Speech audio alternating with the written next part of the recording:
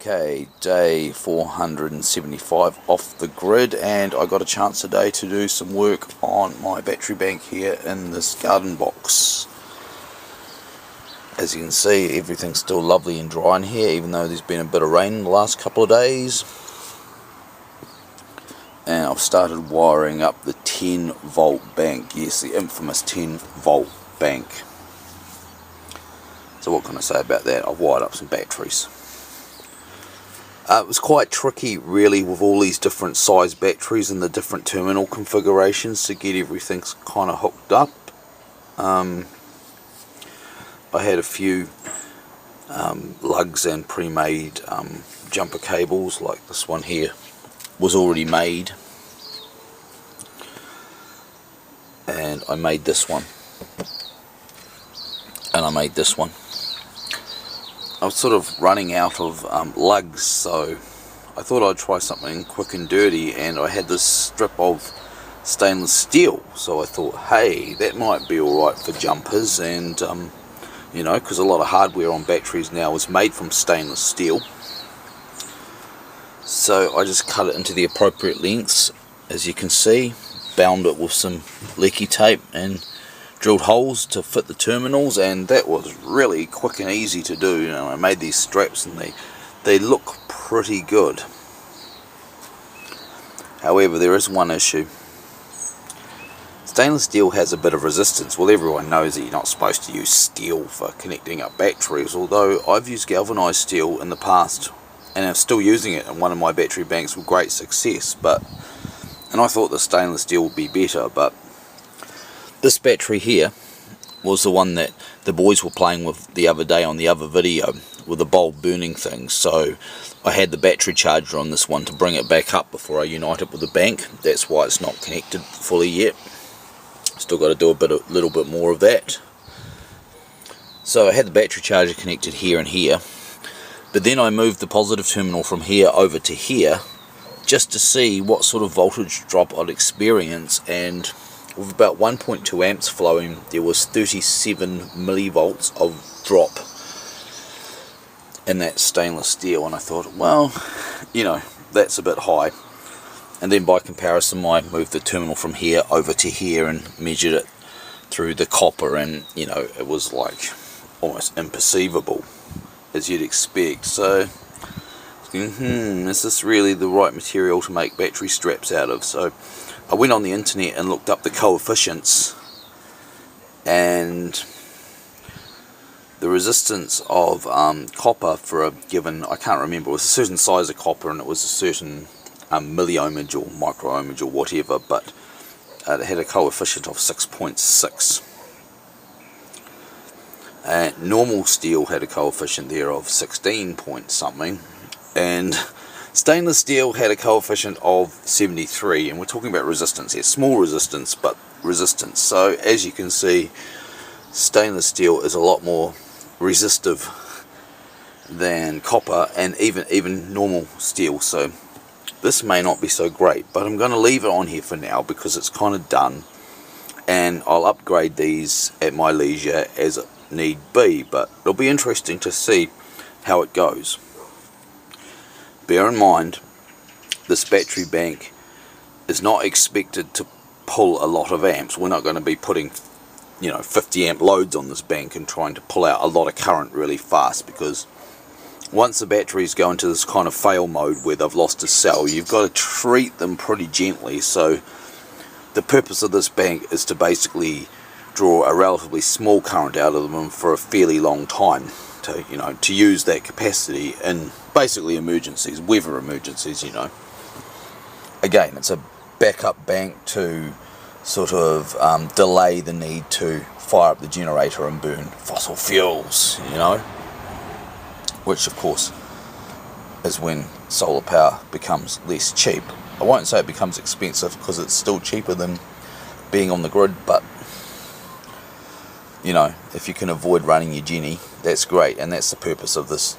All the batteries in here, these ones and this one here, and any other I put on this normal 12 volt circuit. So that's where we're at. I couldn't really proceed any further with this until I linked these batteries up, so at least making those straps up out of stainless steel gets me, it gets me going. It gets me there where I've got the batteries linked up and I can start to develop the charge controller and that kind of thing. And of course it's going to have to be a very specialised charge controller because this is a 10 volt battery bank, and that basically means that if we were going to bring these batteries to 14 volts, if they were normal 12 volt batteries, for a 10 volt bank that would be 11.66 volts. So we've got to use a charge controller that will top off at 11.66. So obviously a normal commercial one won't do that. I mean, there are a few like the Xantrix C40 that I have that you can adjust the set points, but whether you can adjust them that low I'm not sure. And well, that Xantrix is well employed already, and I'm not going to take that off what it's doing at the moment because it's doing a wonderful job on those gel batteries. So I've basically got to have a specialised controller, and the other complication of course is it has to be negative earth, because my system basically runs negative earth, the ground common, the common at least, it's not really grounded as such, but the common is all negative, which is what you'd expect for a sort of professional, not that it's professional, but installation. Whereas a lot of those small cheap cut charge controllers, they tend to use a common positive because it's easier to arrange MOSFETs that way, so it's, saves a few pennies. But that creates great problems when you're trying to integrate something like that into a larger system.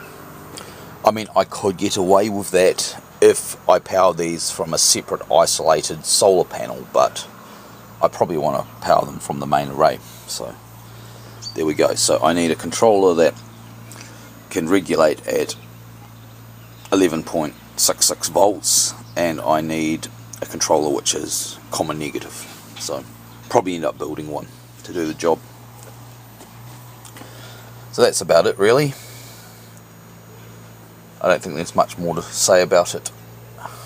No, that's pretty much it really. Oh, bits and pieces of significance, I suppose I might as well say this.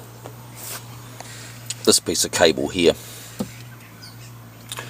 came from Castle Point when we were staying at the camping ground there a few years ago in October.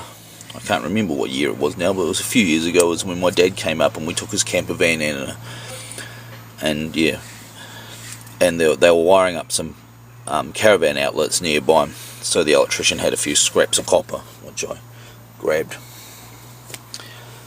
And this one here I picked up basically near Watchhorn Place in Foxton Beach. I often go for a little walk down Watchhorn Place, and the linesman must have been doing some work on a power pole, and they'd obviously cut this piece of copper free, and it had just fallen on the ground and it was lying there in the grass. So yeah, wow.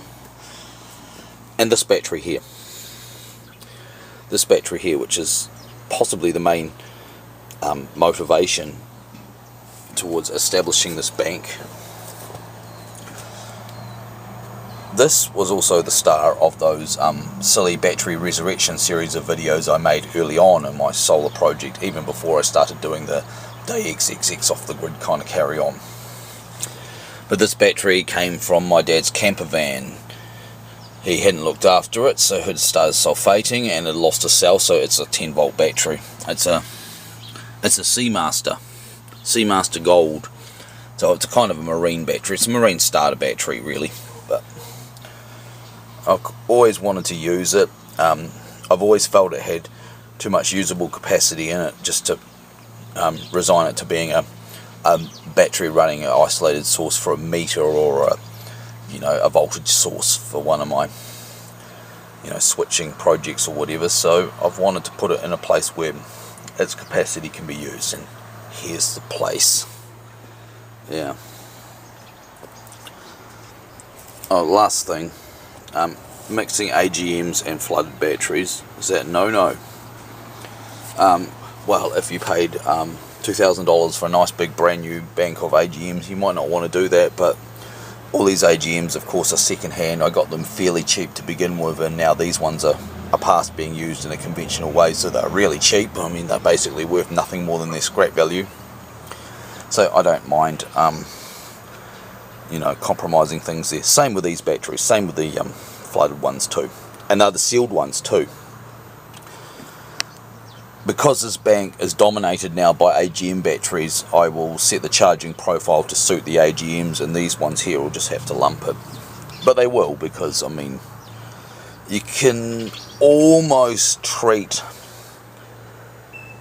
these flooded batteries in a similar way to AGMs because they're sealed, because you can't add water to them. Well, you can if you pull this apart and get access to the terminals, but unless you're going to go and do that, then they're very much like AGMs in the fact that if you boil the shit out of them, then you're going to evaporate off all the water, and there's no easy way of putting the water back. So you can pretty much treat them like AGMs, although every now and then, to keep them in reasonable nick, they may have to be taken up to a slightly higher voltage. Or I might put a